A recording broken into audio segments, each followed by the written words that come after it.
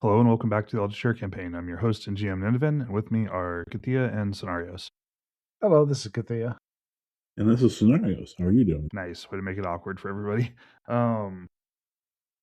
This is episode 52. It is either session 46 or 47. The count between my notes and the recorded episodes is different. So No.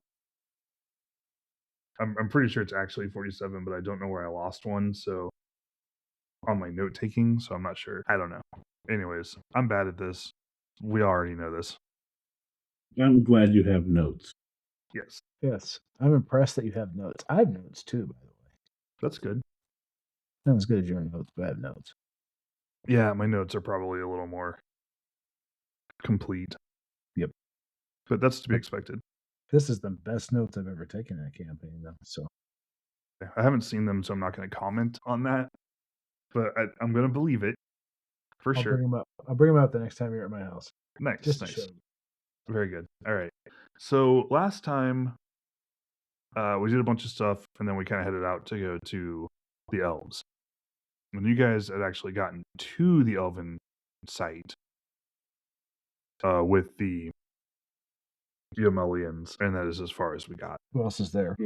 Excuse me. Yawning. Okay, so the other two groups there are, we talked about this before, that it was likely, one of the groups was likely to be the Amelians from Gold Edge. That is true. The fourth group is a new contingent from the Earthshaker Temple.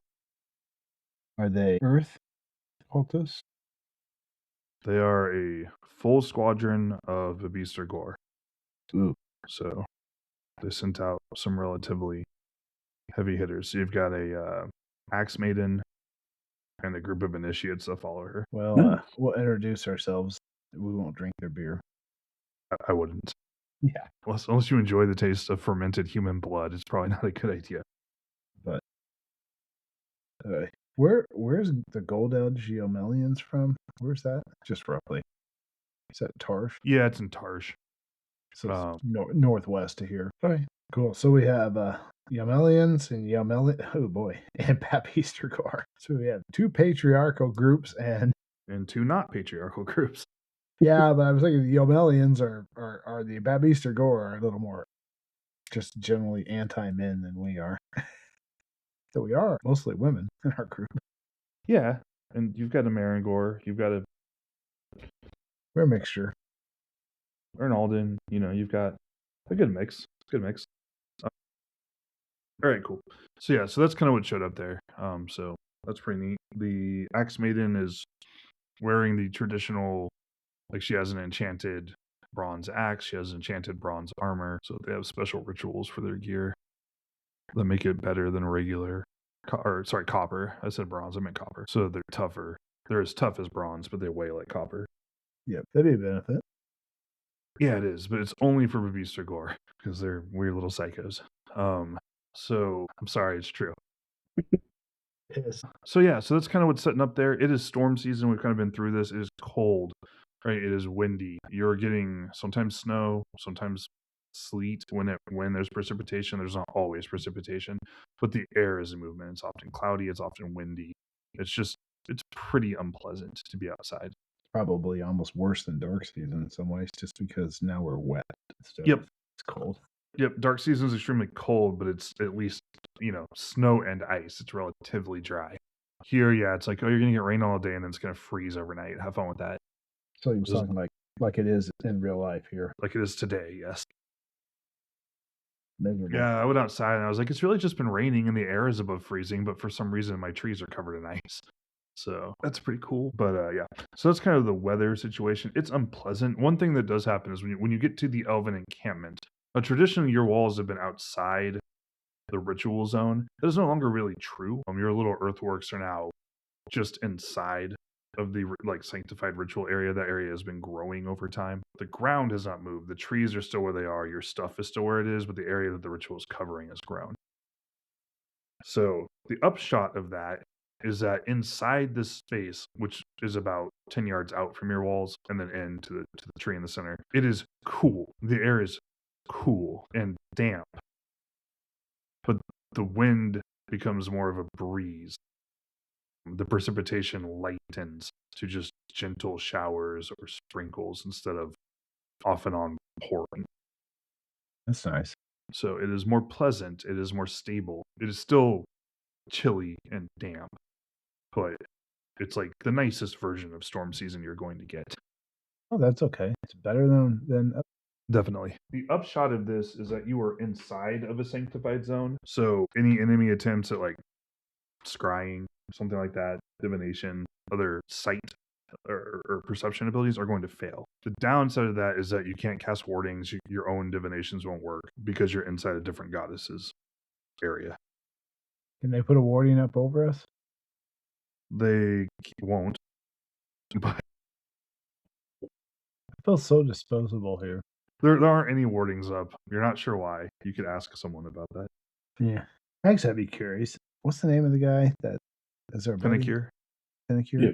Penacure. So that's almost. So I was about to say that, but it's so similar to the guy that you talk with on the cradle. That was messing me. I was like, hold on, that's wrong. Pitchenig? Yeah. Or something like that? Yeah. All right. So I talked to Penacure and say, is there a reason we can't like have a warding up to protect us in the area? Yes, he says. The ritual is he basically explains that the ritual is an ongoing process that sends power out into the world, and wardings delimit areas like with a shell. So like they can't put up a warding until the ritual is done. There's enough raw power here that it's functioning like a sanctification because they've made this place holy, but they're trying to push that power out into the world. And so if they draw like a sharp border, it just doesn't work. Like they have to remain exposed in order for the rituals to work. That's what they've got you. Okay, that's cool.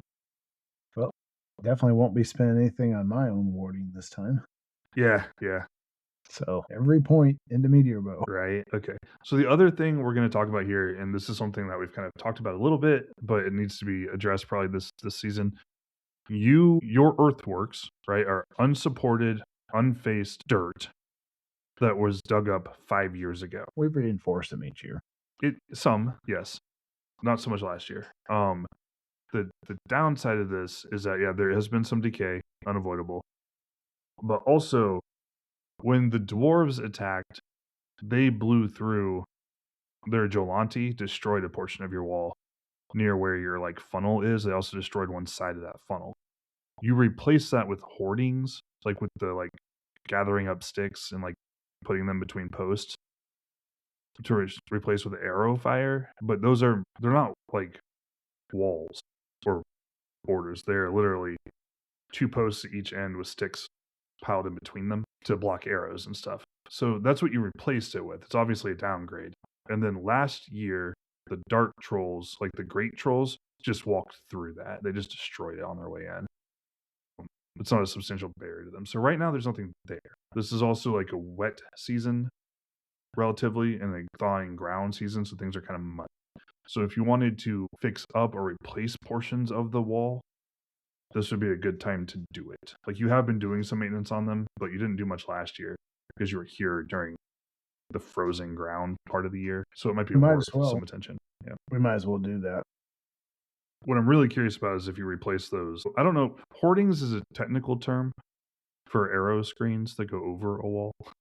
Are you gonna?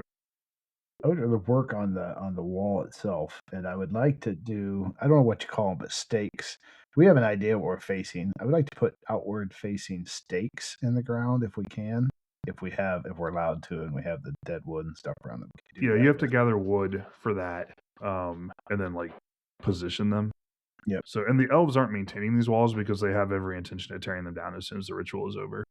So yep, that's fair they enough. haven't been putting any work into keeping them active. But I would like to do that because we have a good idea what's coming for us. So if it's big and strong, it might impale itself on stakes, outward facing stakes.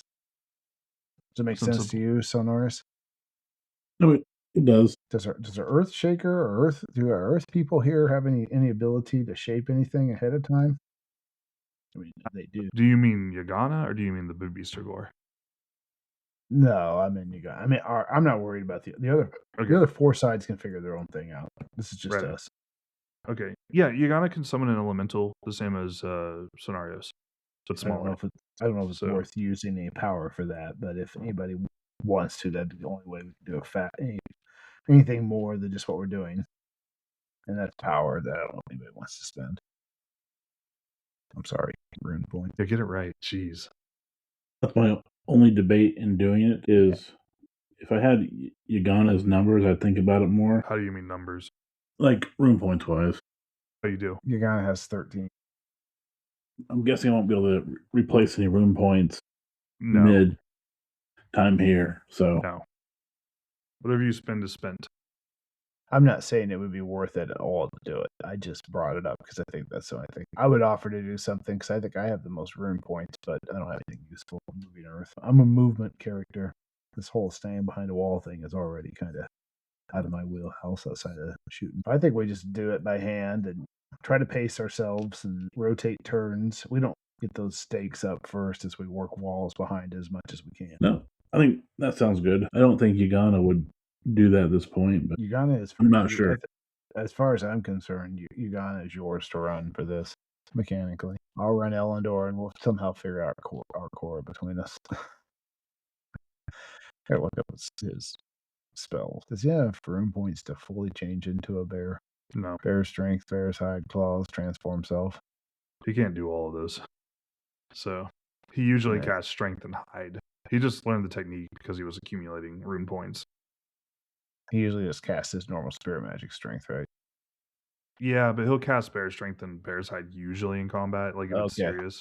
But not always. That's up to you. But yeah, those are the ones he's going to use. He won't usually use claws just because he's pretty good with an axe. The claws do less damage. But no, he can't. He doesn't have the rune. He doesn't have the oomph to turn into a bear. So he needs 2 more rune points for that. He just already knows how. Like the mystery is unlocked, but his soul is too weak, essentially. His connection to the deity is too weak. He understands it, he just can't do it. Does he not get common rune magic? They do. Everybody does. I just don't list it all because it's common. No, that's fair. So bear strength doubling his natural strength, unless the other one's bear skin. I guess he specifically needs you to know what his strength is. I'll edit that in real quick. Bear skin gives +6 size and adds 4 points of armor. Yeah. So I guess I need to edit a few things out here. That's all right. Real quick. We can do it, but that will spend. That's a one-time deal because he gets it once for the week. Because it costs 5 rune points. Yep. All right. Otherwise, he's just spirit magic, and he's pretty good with a javelin. And Yeah. not so good with a shield though. He doesn't. Yeah, he doesn't often bother with it much. He just kind of has it on. Like, Yeah. I think his typical. I mean, you guys have experienced him in combat a few times. His typical style is to throw a javelin, yell, and then charge. And generally, he just hits people, and they fall down, and then he keeps moving. We cast fanaticism on him. Yeah, his stats tell a story about how he does things. Fair enough, but yeah, I don't think unless you got any other ideas, Soinnarios, I think we just work on it as we can and rotate through. If anybody else has suggestions, they can. But dig patch. I don't know if we make a little campfire and that we kind of put some warmth to it to try to dry it out, maybe. That way it's not still slippery. Oh yeah, if we're allowed to. Yeah. Yep. I think we we usually struggle with fire. Yeah. Cool. So yeah, I mean, you guys can patch for a couple of days. What are your goals for the section of wall that's damaged? Are you replacing it with more wood, or are you replacing it with earthwork? I think if we go and replace it with earthwork, we would. I mean, that's better than wood. I think we're going to use our wood mostly for the spikes up front. I agree. Okay. So then you're going to have to focus most of your work on that to get that done. The spikes take less time because you're just finding. I was going to kind of split us up. I was going to have some people focus on the wall and some others focus on making sure we get the spikes done. Right. I'm just saying that labor-wise, the spikes are much less intensive because they're just long pieces of wood that you found that you drive, like hammer in and then sharpen. Yep. Like they're not nearly as difficult. So I think we make sure we have those up to protect that hole before we get over, prioritize those over getting the wall rebuilt. That way they're up protecting the hole and then get the wall rebuilt behind the spike barrier. Cool. Sounds good. Okay, so let's see. Kathea, could you roll a battle roll for me? Sure. Thank you. I did. Okay, you made it? Yeah. Okay, good. You I made can it. I rolled a 72, and I have a base 71 plus 5% for my knowledge bonus. So I made awesome. So you are able then to basically delegate workloads correctly to get both these things accomplished in a reasonable time span. Yay. Since you were threading a needle there. I mean, you have a good sense. Like you said, you know that there are going to be like 3 waves of attacks. You know, the main wave is on Wednesday. So you have a good sense that you have like a couple days here. And my goal there was to make sure we're getting it covered with the idea that if we take early attacks, hopefully it will protect it until the final attack. But yeah, and we do know it's probably coming on Wednesday, the big heavy attack. Yep. Thank goodness for that dashing Laker Mai initiate. It's helping you so much. We probably would have guessed this one anyways, to be honest. Yeah. I couldn't have done it without her. So at the end of this, all the ice demons going, we would have gotten away with it. I weren't for that meddling Linker Mine. Exactly. With the fake face pull out a beard. Yep. All right, cool. So you guys spend a couple days on that process. You're obviously keeping a guard up because while you know when the main attack falls, you don't know when the other waves will fall for sure. But so that first day you're there, everything is pretty okay. You do quite a bit of work, etc. The next day you are working. As the day goes on into Water Day of this week, what you're finding is that outside of the Elven encampment, like you notice, oh hey, it's late morning. There's some fog on the ground. Oh hey, it's noon. There's more fog on the ground. Hey, it's afternoon. It's getting kind of hard to see. Well, I will give a warning at this that this seems ominous. I mean, it does happen. It is storm season, so this just happens in a season. But we should be prepared and probably go ahead and in preparation, as much armor and stuff as we can reasonably on. Yeah, and then that afternoon, so that like mid-afternoon, when you're kind of like, hey, I'm warning people around, you hear from the distance, so kind of indeterminate because it's extremely loud, you hear the cry of an impossibly deep horn. Like it's sonorous, it's super deep, like you feel it, like it makes your teeth chatter. It causes the air to shake. Like it's like I said, you feel this. You hear it too, it's super deep, like a deep, like profound bass like sound, and it just kind of goes on, and it rises and falls and like just sweeps over the landscape like a great wave. Anybody who's outside the sanctified area feels this fully. Anyone inside the sanctified area feels it less strongly, but it's still present. That goes on for a little over a minute, and then it fades away, and you can hear the echoes of it reverberating through the forest. I'm going to shout to prep. Make sure that everybody gets armored up. I don't want to go into this with no armor. Yeah, that's probably a bad idea. We've done that before. True. Yeah. All right, so that happens. You guys start to rush about to arms, basically. And then the forest settles again. After 5 or 10 minutes, you start to hear birds again, little animals move around cautiously. And then it kind of sits that way for a time. Give it a little time. Go ahead and make perception rolls for perception, alertness, scan. Scan? I was getting there. I wasn't sure what the description here of scan actually applied. I make my scan check. Yeah, you're looking around. You can't see very far. You could use listen if you wanted to. Can I do both? Yeah, feel free. I made scan. Apparently my ears are still ringing from That's fair. Made both. Okay. Good job. So they give you different information, and there's enough time here that I think it's like this isn't a like, do you notice a thing quickly? It's you're sitting in readiness, paying attention with your senses and waiting. Okay. So 2 things you notice. The big thing that you get out of scan, right, is that from that moment for the next hour or so, the fog thickens until you're getting about you can see to the edge of the sanctification, which is about 10 yards from your wall, and that's clear. And then you can see about another 10 yards into the fog, and then like past that, you're just like, I can't see anything. Like it's extremely thick. It's still daylight out. There are clouds in the sky as well, but you're like in a cloud. I want to ask you. Yes. It seems like I would be extremely limited in ability to shoot at range here. You have some upside and some downside. Okay. The upside that you have is that you're behind a wall and a ditch and a staked perimeter. So even though you don't have long ranges, the ground is difficult to cross. Okay. But yes, you will probably find yourself in a melee at some point. I'm going to make sure that my who do we give the extinguish stick to now? Good question. I think actually I believe everybody has them. It's just that generally it's the healing stick. Yeah. It's the healing stick. I'm gonna give it to Probably Elendor. yeah, Elendor or you are probably the best options for that at this point. What do you think, Soinnarios? Should I take it or should I give it to Elendor? Tell you what. I think you. But, well, it's because Elendor has at least against Mini-Tusk, Elendor was a beast in combat, like melee. Okay, I'll take because I have that. I have the shatter stick. Make sure those are handy. And I make sure my shield and spear are right at my feet. Spear just in the ground, shield leaning against it so I can drop the bow and grab it quickly. Right, it makes sense. Yeah. Yeah, so your visibility is limited, but that cuts both ways, and you are behind defenses that have to be assaulted. So you'll have at least some time to shoot. I guess everybody else in our group is melee. Yeah, melee and short. I'm going to also warn our core not to waste his rune magic today. Right. On his first fight. Okay. The others will let them decide for themselves. This is his first time with us.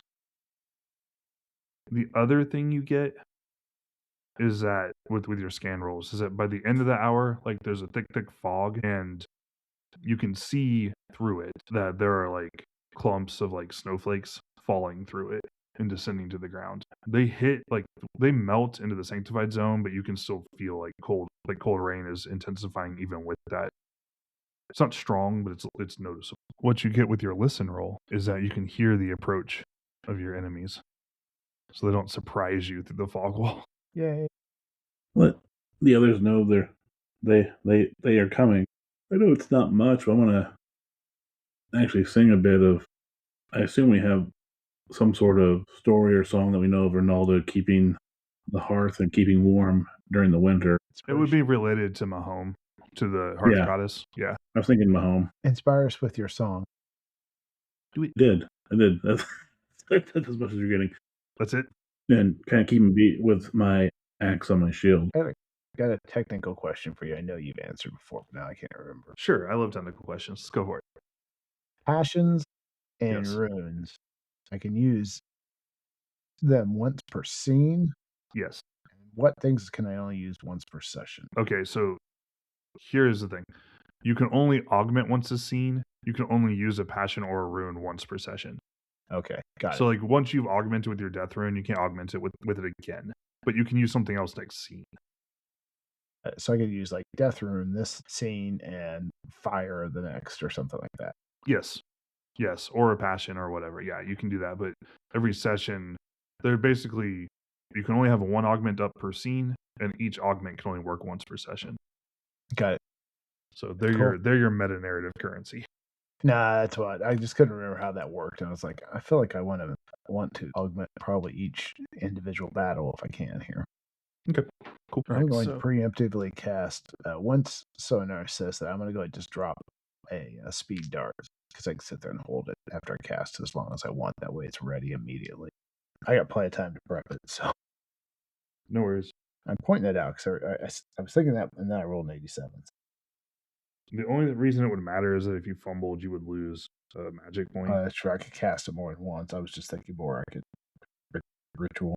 But so as you listen, you hear the muffled and soft, crunching footsteps kind of moving through slush, like this, sink into the mud, crunch against the new snow.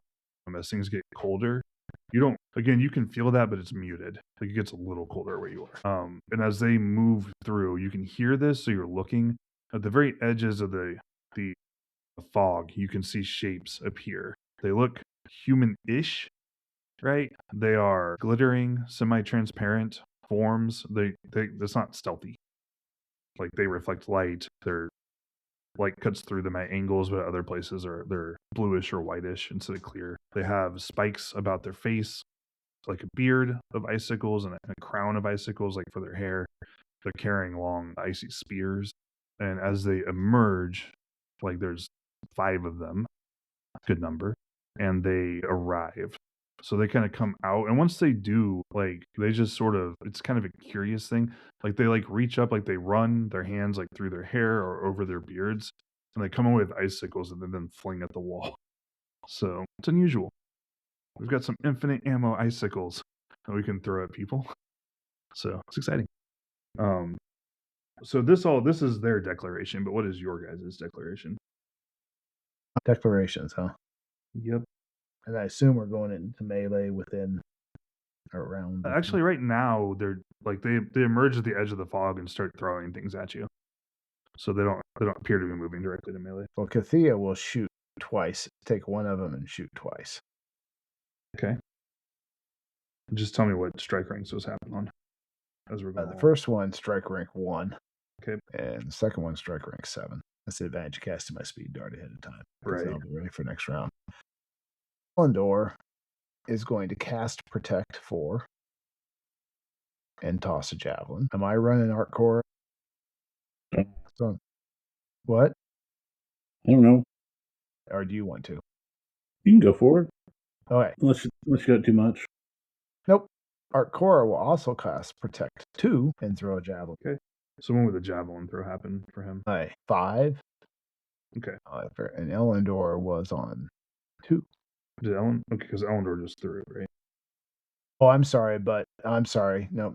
Back up. Because, I got to add that in. I screwed that up. Okay, so 7 will be Elendor's throw. And because of the Protect 2, Art Core will be 6. And they both do have shields up. I know Art Core doesn't like his, so too bad. And I gave him instructions to stay behind the wall. Okay. Also, be aware that spell is going to be a little bigger because he has a spell strengthening crystal. But it doesn't take any extra time, right? Because it just adds it to it, yeah. So he'll get a Protect 4 instead. That'll be good. Cool. Okay, neat. Solid. Mm-hmm. Soinnarios is going to throw up her Protect 5. Okay, and what's the strike rank for that? Assume. Be 4 plus dex strike rank, so 6? I think so. Okay. Yep. No. Yep. Okay. At least 6. And then I think Yagana's going to throw up Shield 3. She doesn't really have Protect. Make sure she spaces out her stuff. I am. She has a lot of room points. Oh, yeah. I'd probably cast a shield, too, if I had one. Chose the wrong Colt. What else you got? Are you going to throw anything for either of you? Or Yagana only has the one axe. True. I'll throw a javelin. Okay. I never picked up. Go ahead. I got one more thing before we move on to. I never picked up that sling like I wanted to. Indeed. So javelin it is. What happens? When does that happen then? The 8? We'll assume you don't have to ready it if you're waiting with it. Yeah, so it'd be 8 then. Okay, cool. Star's going to throw Demoralize at one of them. Okay, what's strike rank? I don't think. No, there we go. 4 or 5? I think it's 4. So it's strike rank plus 1 because it's a 2-point spell. Yeah, I don't have this. I don't have a separate dex strike rank. Start figuring out. It's whatever his dex. 12. It's going to be a 3. So it's going to be 4. No, I mean like the spell should go off on 3. Oh, okay. Go off on 3. Otherwise, you just kind of hanging out behind. Makes sense. Okay, cool. Awesome. When Hastia will try to cast Drink. Okay, cool. And that'll take place at strike rank 6. 6. For strength? Or 5? 5. Because she's a 2-point spell. And she is strike rank 4. Oh, is she? Is what is on my sheet. How do you know that? How do we know that? I don't know. Or else she's strike rank 0 because of her dex. I don't know. That's what's on my sheet. I don't know why it's there, but it's there. Let her use your dex for this purpose. Use her power and figure out what the strike rank would be if it were a dex or something. Yeah. She'll just she'll key off of you. So that would happen then at strike rank 3, I think. Okay. Cool. That'll happen in time to modify your javelin throw. For good or ill. Okay. All right, cool. Timing's done. Way to go, team. Okay, first up, you're gonna try to cast shield. Rolled 83. Do I not have her runes listed? She has to have a mastery and a rune to be a priestess or a god talker, and it's a common spell, so it would work. Yeah. It would work. Okay. Next up, Kathea, shoot that bow. I'm gonna line one up that looks. You can pick whichever one fits. Okay. It matters. Hey, I hit it. Where did you hit it? They have the human hit locations, so I hit in the head. Headshot. Okay, cool. How much damage did you do? 11 points of damage. Cool. Yeah, percentile. Make a resistance roll for me and tell me how you do. Okay, pretty good. Assuming I want low. I rolled an 08. You do want low because you're the one making it. So you're testing against a superior value. So you needed a 35 or lower. So that works. Cool. So its head explodes into 1,000 shards of ice that spray out all over the place, and that one drops.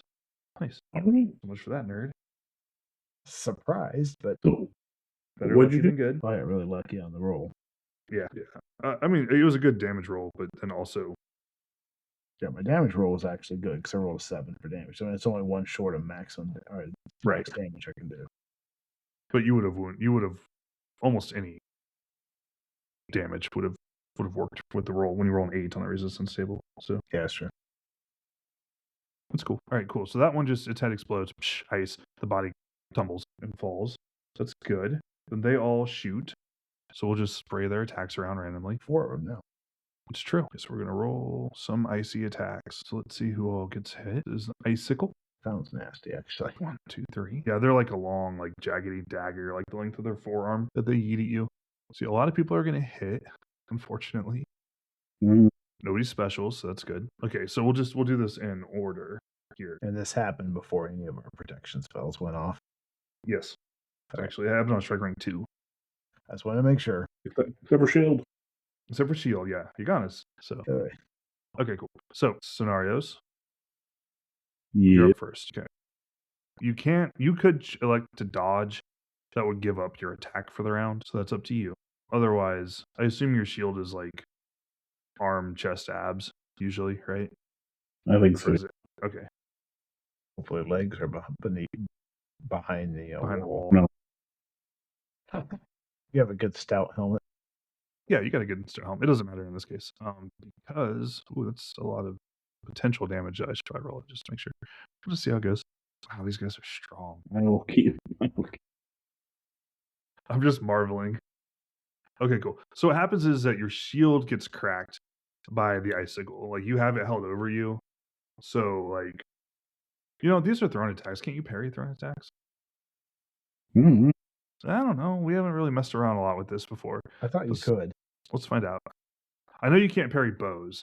So let's look it up real quick. My goodness, I'm good at this. Let's see, sure. Because you might get to roll in that case, which wouldn't change a lot, honestly, in this instance, because it hits you in a shielded location already. Like, yeah, I know what weapons are. Okay, so let's say for now, your shield takes the hit. It goes through your shield. Your shield is made of copper, so it doesn't actually take any damage, and then your armor would easily absorb what's left of the damage. Okay. Wait, how much did it do? 13. So it got through, but it didn't damage my shield. Right, because your shield is made of copper, so it has another 6 points of phantom HP. Okay, yes, you can parry thrown weapons with a shield. Okay, neat. So that's been established. You would get a roll generally. In which case we would test it against your shield. The only difference is it would have hit you in the arm instead of the abs, which is effectively meaningless in this case. So that's something to remember. Technically, when you parry, you move the strike to the location that's holding the weapon that you're parrying with. So it's a weird, funky little. If you throw your arm up to parry, then your arm is in the way. Okay, next person. What's a 6? It's a leg that buries itself in the wall. Well done, team, for having a wall. Right. 8 is also the same thing. Cool. All right, so one of them misses. A couple of them bury themselves in the wall, and then one of them, Soinnarios, parries, essentially, catches on her shield. Nice. So there's a big explosion of ice spikes that fly out, and then you're just like, huh, okay. It was still scary. Yeah. Now we'll start checking for damage, spells. thinking, I don't have a shield. Right? Yeah. Like, you would be in a lot of trouble, but luckily, you kind of got skipped in the second roll, which would have gone to you, missed. Yay. Because I just went down the order I have them written in. So All right. So now strike rank 3. Everybody who has spells to cast except for Soinnarios will cast those. So Soinnarios, your strength will go off and not your protect in the strength rank. Estar fails to cast a spell by rolling a 99. Nice. I see a 78 is a failure. Okay, cool. Good showing so far. Arkora put up protection 4. Way to go, Arkora. By rolling an 03. Nice. And Elendor manages to put up a protection 4, despite having a pretty miserable power. Nice. Okay, so some spells go off, some spells don't. Okay. Next up would be Soinnarios, your protection, and then Art Core's javelin throw. So Soinnarios, tell me how you do. Success. Okay, good job. Your protect goes off. Oh, I should have put a speed dart on Art Core's javelin. Yeah. It is a hit. I know that's how good Art Core was. Okay. Pretty good. Hunter. Yeah. It's a cold skill. He needs a weapon skill. So yeah, it's good. Only is going to do 6 points of damage though. Okay. Make a resistance roll for me. Nope. 94. Yep, no, that fails. So the javelin strikes the Hallry in the chest, and it just glances off. So it leaves like an imperceptible nick in the ice, and it just kind of ignores it. Yep. Is Elendor still? Oh, Elendor still has another strike range. Strike range. Okay, cool. Spell goes off, javelin thrown. Okay, so now would be Kathea and Elendor. All right, I'm gonna go ahead and roll Elendor, the javelin. Am I keeping track of skill checks for them? Please do, and just send them to me or something. Yep. Hits. Okay. Well, actually, Elendor's not bad with the javelin either. 7 points of damage to the right arm. 97. Also fails, so nothing happens. How's your bow shot do? Well, here's the question. I said I was going to shoot the same one twice. Just move it to another target. Am I allowed to do that? Okay. Yes. Everything I've seen from listening to like Jeff Richards' podcast games, like his YouTube games and stuff, is that these aren't meant to be straight jackets. Okay. Like your declarations have some wiggle. If you were going to shoot someone and that someone's gone, you can just shoot the next person. Like if there's no one in front of you, then you might have like now you're not sure what to do. I have a pertinent question here now. Can I crit him? Can you crit them? Yes. Yes, but it only changes your damage. It doesn't change their resistance roll. So it's maximum damage plus my rolled damage, right? Okay. Yep. I do 13 points of damage with that. Cool. Make Chest. a roll. Cool. Make a resistance roll. I really wish I had the camera on. 02. Okay, cool. That works. I rolled an 02 to hit and an 02 damage after rolling 290 somethings for my two NPCs. It's fine. You actually didn't have like fantastic odds to make that roll, so it's fine. Cool. Needs a meteor bow. I just need good luck. Yeah. Just roll good on the resistance table. Better lucky than good. I always say that. So far. Okay, that's going to conclude round 1 of combat, and I think we're close enough that we don't want to try to start another one. I had to throw my javelin. Oh, sorry. You're right. You go ahead and do that. I'm going to step away and do what I need to do, and I'll be back as soon as I can. Sorry, javelin. I apologize. I'm bad. Just throw me in the dumpster. Hey, look at that. Put a check in it. Roll your damage. Roll location. Location matters because their armor varies. I rolled a 41, and with my bonus, I needed a 41. Nice. Put check in it. I will. 5 to the 12. 5 to the 12. Okay, cool. So go ahead and roll a resistance roll for me. 02? That does it. You needed a 5 or less, but a 2 does it. Cool. They're brittle. If you roll well on the resistance roll, those locations just shatter. If you roll poorly, then you can do a ton of damage and just have it bounce. Yeah, like you could do like 30 points of damage, like be all ruined up, like slash, great axe, blade sharp 6, strength spell for like 3d6 additional damage on your strength, and all that stuff, and just be like, well, I rolled a 95, so it just doesn't work. Just didn't expect to get it with a javelin. Yeah, you guys have been lucky on that. So, and you're lucky too that you're hitting them in like the chest, because that's a like if the chest or abdomen shatters, the body comes apart, right? The head shatters, they're dead. If you shatter a limb, they're still functional to some degree. What's interesting to me is that their weapons also have ice points. So like if they parry with their spear, even if you only do a little damage, sometimes you get lucky and just blow the spear up. Yeah. But they don't degrade, so you can't wear them down. You just have to wait and get lucky. Yeah, they're tough. They're very interesting because they're not typical RuneQuest creatures or denizens we normally run into. Right, and they changed the tactics quite a bit because they're not, like, they don't really have a lot of useful magic. They don't really have a lot of useful, like, you can't attrit them. Like, you have to hit them hard and then just hope you have lucky shots. Like, hope you roll well on the resistance table. The more damage you do, the less well you have to roll. But they're definitely cool. This is why you worship Valand at Wintertop, or worship Enora. Hold them at bay. Yeah. Yeah, and if you're one of her cultists, you can summon them. That'd be cool. Yeah, her father is Himele, the god of frost and ice demons. Honora's mother is Carofen, the same mountain that is the mother of Orlanth and Yinkin. They are all half siblings. So good times. Yeah, I did think these guys would do a little better. 2 of them. Yeah. This is just a probing attack. We're just testing, see how it goes. The answer is exchanging weapons fire is probably not a winning choice for them. Not surprising. You have walls and decent range attacks. So it was not the tactic I expected, but also given the nature of demons and elementals, it doesn't surprise me that they would try it. Well, there's a guiding intelligence behind all this. Was what? Nothing. Don't worry about it. I did appreciate the use of Soinnarios earlier. I heard him like that. Yeah, my vocabulary is mid. I'm back. So what I'm going to say is I don't think we have time to do another full round of combat, but that's not such a big deal because 3 of them are dead. So, like... Oh, did you kill one too, Soinnarios? I did. Javelin. Right. So with the third one being slain at the end of the round, their declarations are just to pull back. Just since they're at the very edge of the fog, the remaining 2 are just going to fade back into the fog, which will happen pretty quickly for them. It means they'll be back tomorrow with more. And in greater numbers. So yeah, so those 2 pull back. That was, I mean, you guys are, you already know, right? You were expecting waves. This was obviously a probing attack. Yep. Go and roll battle.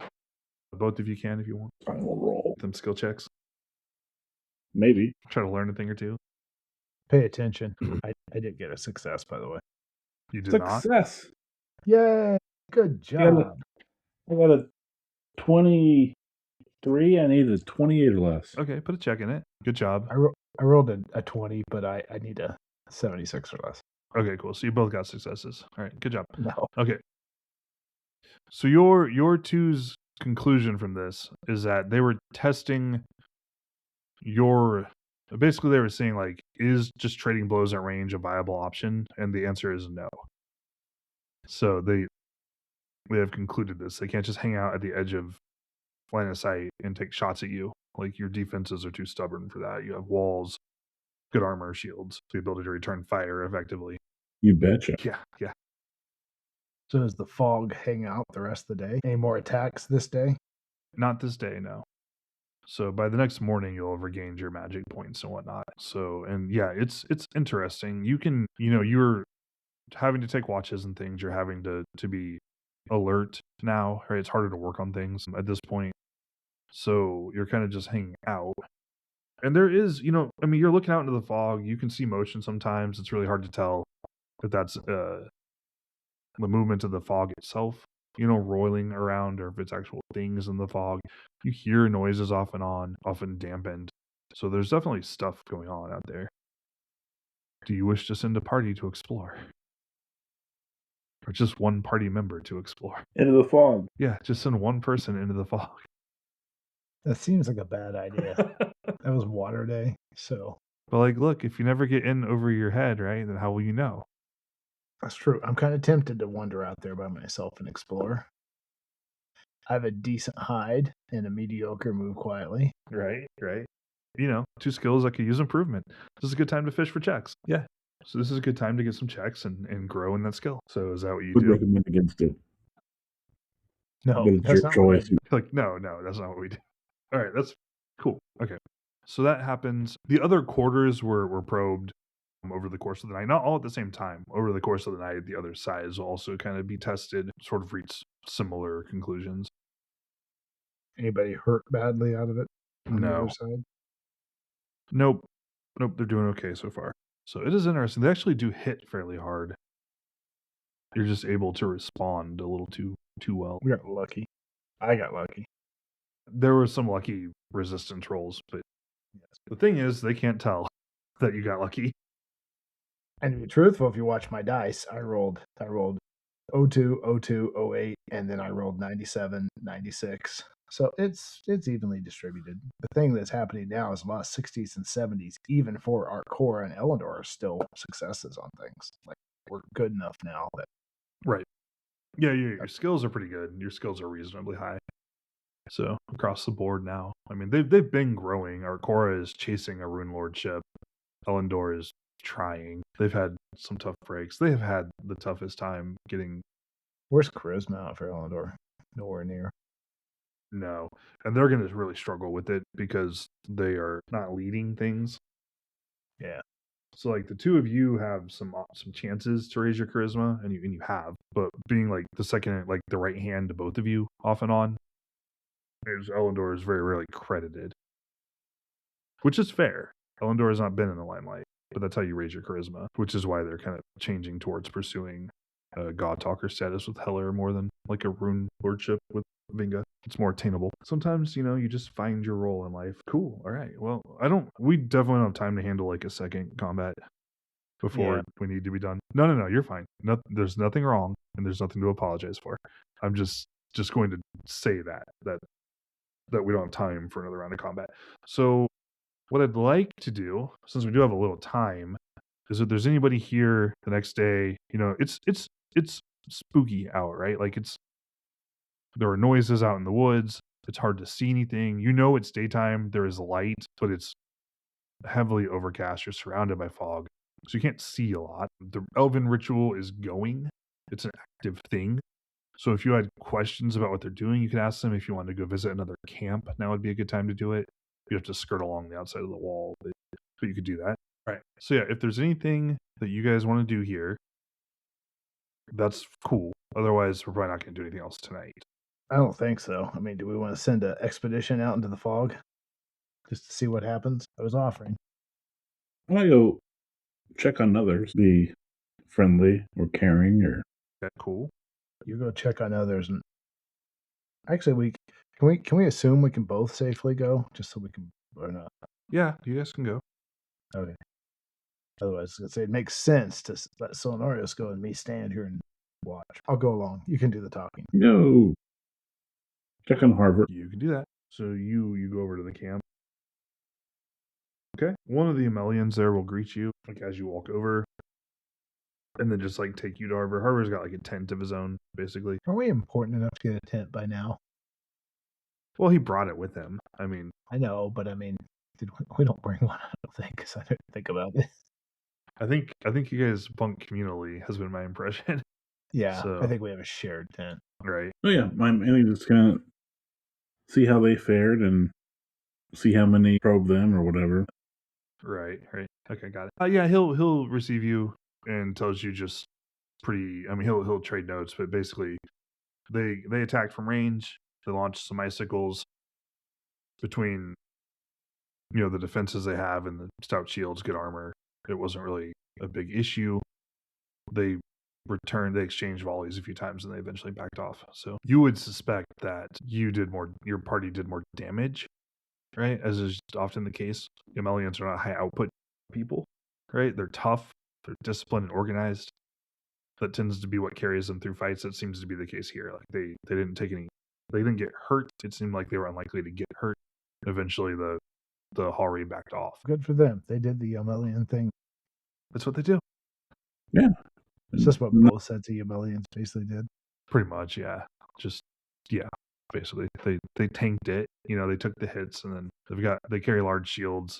It's hard to get through a large shield. They have some defenses as well, like the same sort of like wall structure. The Marangor built that the first year that you were here. A better one than ours. No, it's your wall. They built a wall. So, well, I mean the Marangor, the God Talker that was here the first time. Yeah. The first year, she erected the wall. Wall the Sun Domers are using, right? And the wall that you use. And the wall that the Marangor use. Yeah, she summoned an elemental and dug it. So, but yeah. So anyways, it's all one wall. But in any event, yeah. So like with those defenses, it's just they've taken time. They built up hoardings and things. They have stakes and stuff. Like they're good at committing to a defensive position. So we'll know that apparently if you hit them just right, they shatter. Which I assume you figured that out. Do you want to roll an insight roll for me? Can I? Yeah, you're both present. You both can. All right. Success. Okay. Hey, I got a success. Look at that.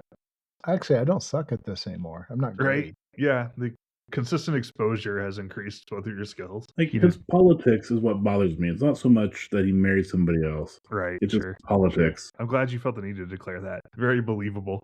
Self-centeredness bothers me.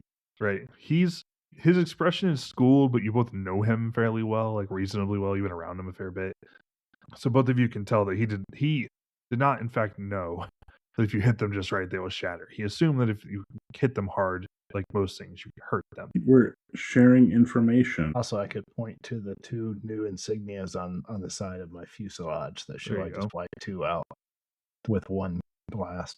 Do you paint those on S-Star? Is that how that works? On my shield. I don't think S-Star would appreciate that. I don't think so either. But nice. Yeah, there you go. So cool. So yeah, he doesn't have a lot to offer outside of that, though. Honestly, with between the lines here, you can tell they didn't destroy any of the Hari. So they drove them off.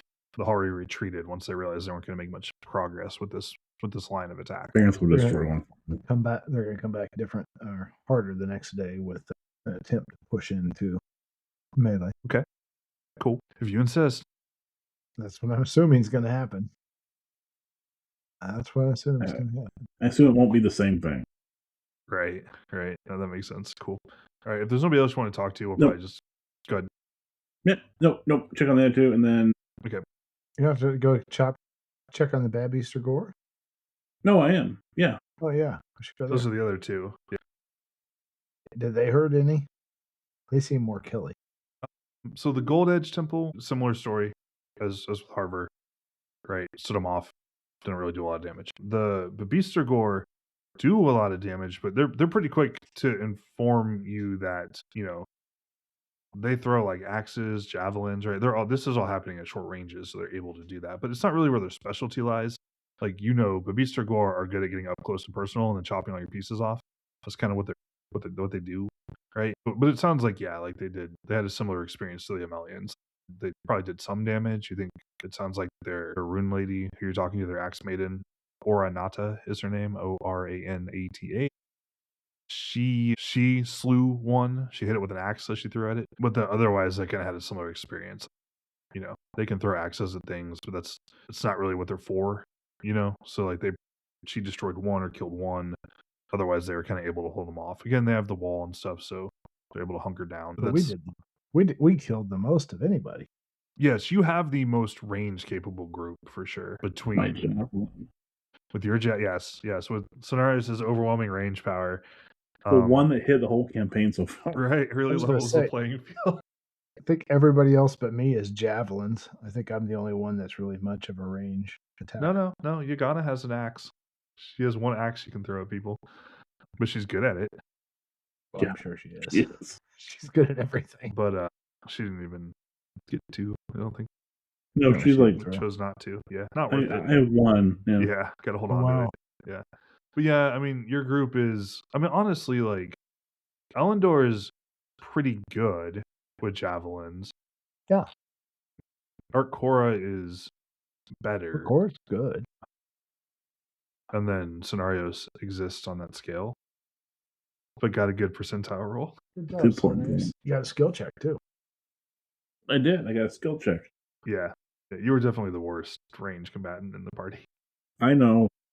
That's okay. Next time I should throw a javelin. On them skill checks? No, because then I can hold a shield while I throw it.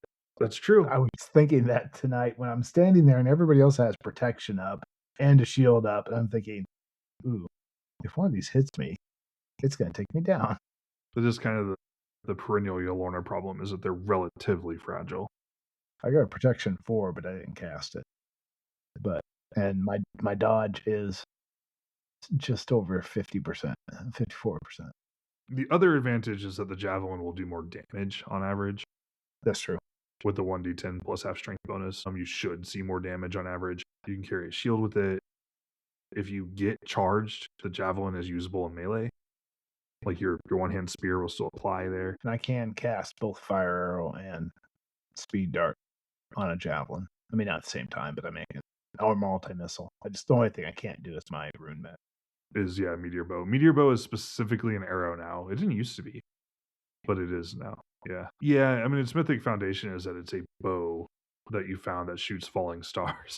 So it should work on arrows, not javelins. So it used to work on ranged things. All right, cool. Well, that kind of sums up that day. You go into the next day. Like I said, you meet with the other groups, and then you're kind of waiting to see when you're going to receive the next wave. You expect one today because you know that Wednesday is the big day and that you were supposed to receive 3 attacks, so you should receive 1 more. Yep. They didn't do a lot of softening, frankly. They got softened, but that's how it goes sometimes, right? You're like, some of these rolls were lucky. Like, I shouldn't feel too cocky, but I get you. That's cool. All right, so we'll pick up in the next session with the next day, right? So this clay day, and then into Wednesday, I'm pretty sure we'll get done next session with this encounter. So cool. All right, we'll pick up then, and it'll probably be a short episode for the podcast, but that's perfectly fine. So I'll see everybody in the next one.